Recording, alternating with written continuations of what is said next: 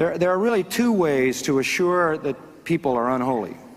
Misinform their conscience. Twist, pervert moral law. That's the first way, and that's what we're talking about. And frankly, the standard for morality in our culture is falling faster than the NASDAQ, isn't it? When your cultural hero is Eminem, you know how far you've fallen.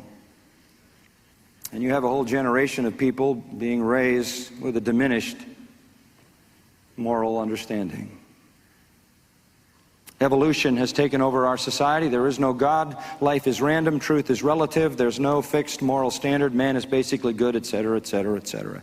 They had a thing on MTV on the 7 Deadly Sins, which showed up on the PBS channel. I don't watch MTV, but it was on PBS. It was a 2-hour special on morality in which the MTV people took the 7 deadly sins, the medieval list, you know, of those motivational sins: pride, lust, covetousness, anger, envy, gluttony, and sloth or laziness. And they surveyed the people in the MTV world and asked them what they thought about those things.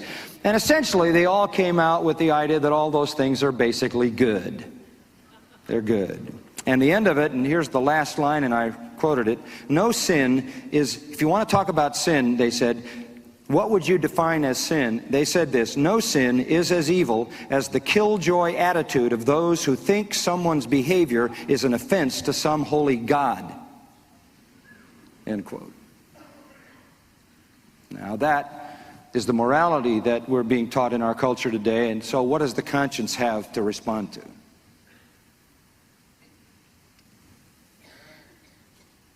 Everything is perverted. As Isaiah said, bitter for sweet, and sweet for bitter, light for darkness, and darkness for light. It is so deadly to misinform the conscience that it can become convoluted to the point where Paul said, their glory is in their shame. Isn't that an amazing statement?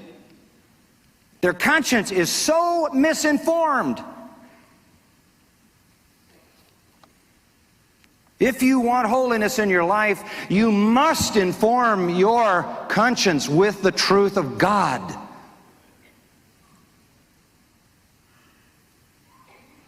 Because if your mind and what you think and believe is defiled, then you're going to fall into that category of Titus 1:15, both their mind and conscience are then defiled. They go together.